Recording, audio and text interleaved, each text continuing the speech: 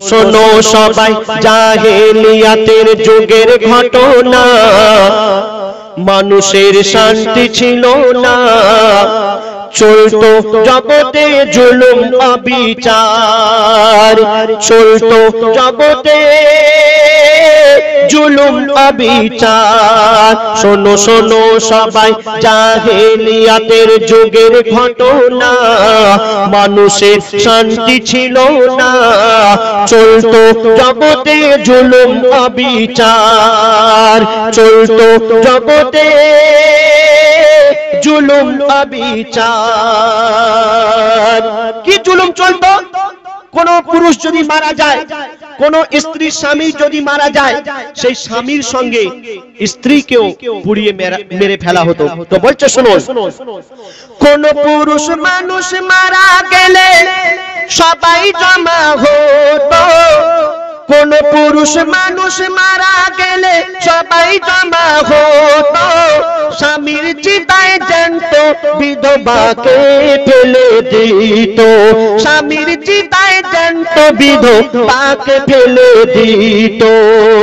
আর জন্মালে গো কারো ছেলে মদ খেয়ে নাচিত, ওগো জন্ম হলে কারো ছেলে মদ খেয়ে নাচিত, আর মেয়ে হলে গর্ত খুলে তারে পুঁতে দিত, মেয়ে হলে গর্ত খুলে তারে পুঁতে দিত।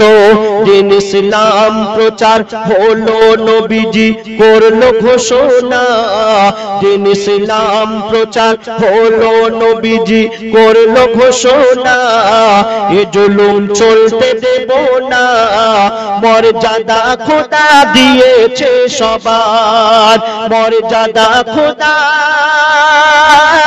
দিয়েছে সবার। শোনো শোনো সবাই জাহেলিয়াতের যুগের ঘটনা, মানুষের শান্তি ছিল না, চলতো জগতে জুলুম অবিচার, চলতো জগতে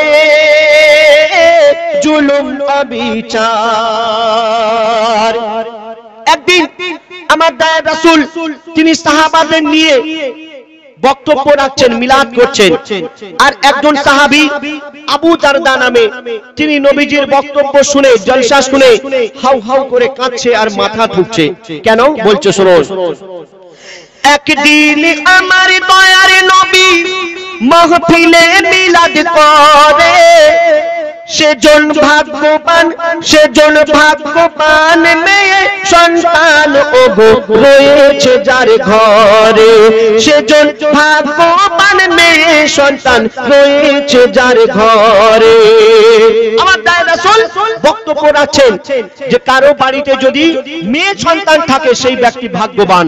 তো এই কথা শোনার পর সেই সাহাবী আবু দারদা নামে তিনি হাউ হাউ করে কাঁদছেন, আর এই কান্না দেখে আমার দয়ার রাসূল সেই আবু দারদাকে জিজ্ঞাসা করলেন, আবু দারদা তুমি কেন কাঁদছো? তো আবু দারদা কি বলছে শুনুন, একদিন আমার দয়ার নবী মাহফিলে মিলাদ করে, সেজন ভাগ্যবান মেয়ে সন্তান রয়েছে যার ঘরে।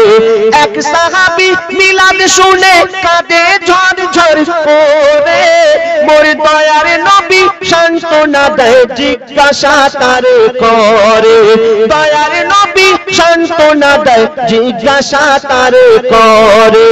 ওই আবু দারদা বলে খোদা আমায় ছাড়বে না, ওই আবু দারদা বলে খোদা আমায় ছাড়বে না, করেছে আমি এমন গুনাহ, নবীজি বলে আমায় খুলে বলো না, নবীজি বলে আমায় খুলে বলো না। সেই আবু দারদাকে আমার দয়ার রাসূল বললেন যে আবু দারদা তোমার কি হয়েছে, কি এমন ঘটনা করেছো, কি এমন হয়েছে, একটু আমাকে খুলে বলো। তো আবু দারদা সেই আমার দয়ার রাসূলকে কি বলছেন শুনুন, আমার স্ত্রী যখন গর্ভবতী আমি ছিলাম ওই সফরে, সেই সময় আরবের যুগে একটা নিয়ম ছিল, আরবের মানুষেরা অন্যান্য দেশে গিয়ে কাজ করে আনতো, তারপরে তাদের সংসার চলতো।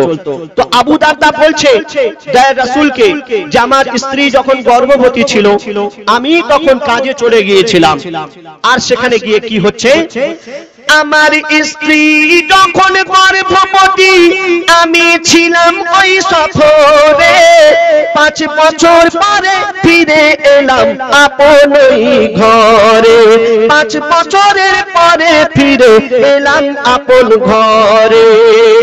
আর যখন বিদেশে ছিলাম শুনেছিলাম যারা গিয়েছিল পরে, যখন বিদেশে ছিলাম শুনেছিলাম যারা গিয়েছিল পরে, তারা বলেছিল তোর মেয়ে হয়েছে কিন্তু গেছে মরে, তারা বলেছিল তোর মেয়ে হয়েছে কিন্তু গেছে মরে।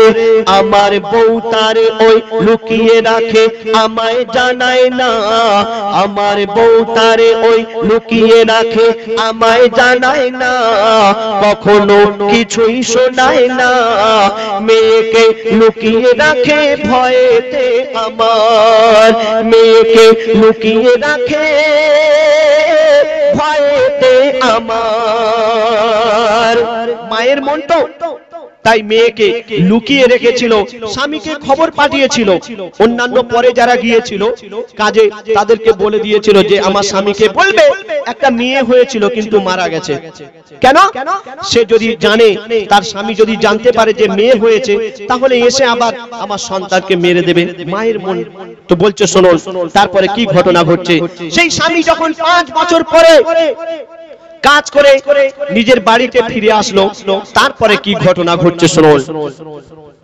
5 বছর পরে আত্মীয় এক এলো আমার বাড়ি, 5 বছর পরে আত্মীয় এক এলো আমার বাড়ি, সে বলল এটা তোমার মেয়ে নাও চুমা তাড়াতাড়ি, সে বলল এটা তোমার মেয়ে নাও চুমা তাড়াতাড়ি।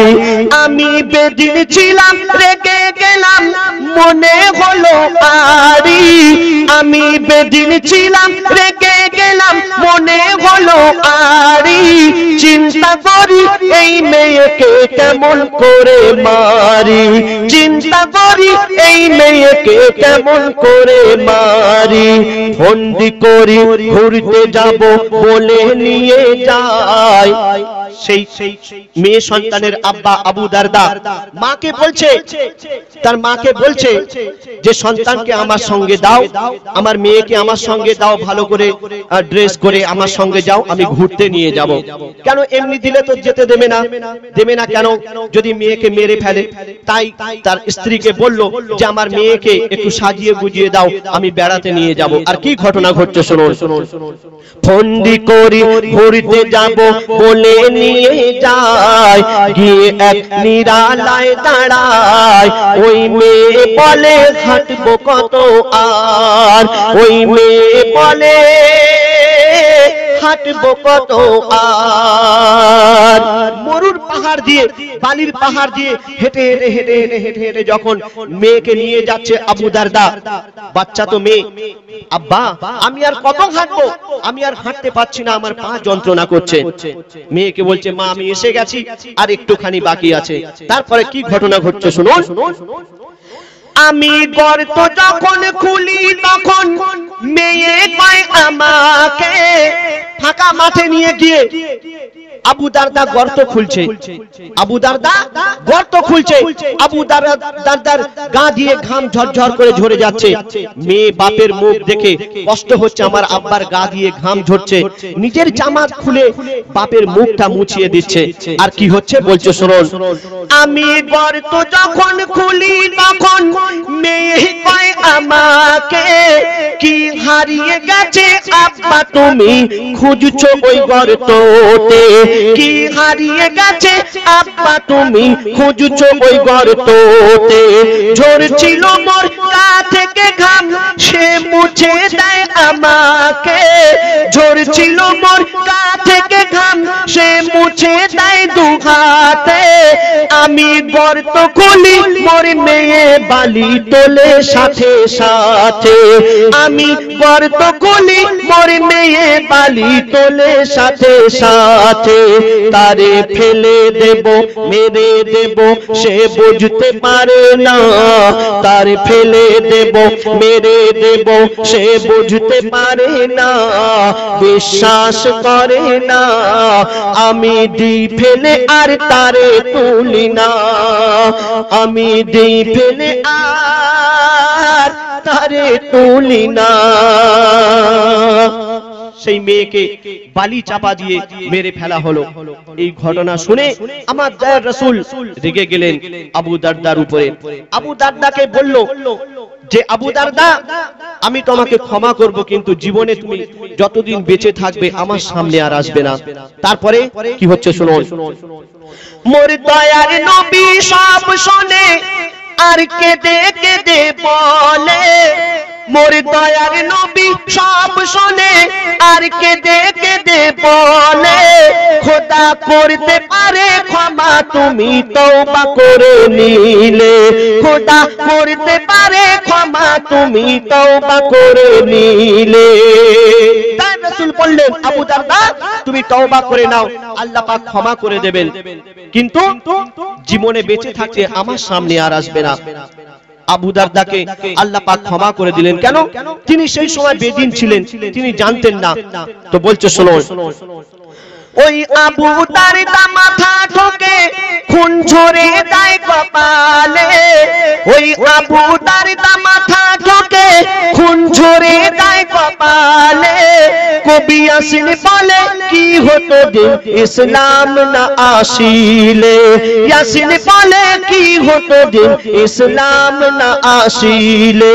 মোর দয়ার নবী বারে বারে করলো ঘোষণা, মোর দয়ার নবী বারে বারে করলো ঘোষণা, মেয়েকে বোঝা ভেবো না। মোর দয়ার নবী বারে বারে করলো ঘোষণা, মেয়েকে বোঝা ভেবো না। মেয়ে হোক বা ছেলে আমানত খোদার, মেয়ে হোক বা ছেলে আমানত খোদার। শোনো শোনো সবাই জাহেলিয়াতের যুগের ঘটনা, মানুষের শান্তি ছিল না, চলতো জগতে জুলুম অবিচার, চলতো জগতে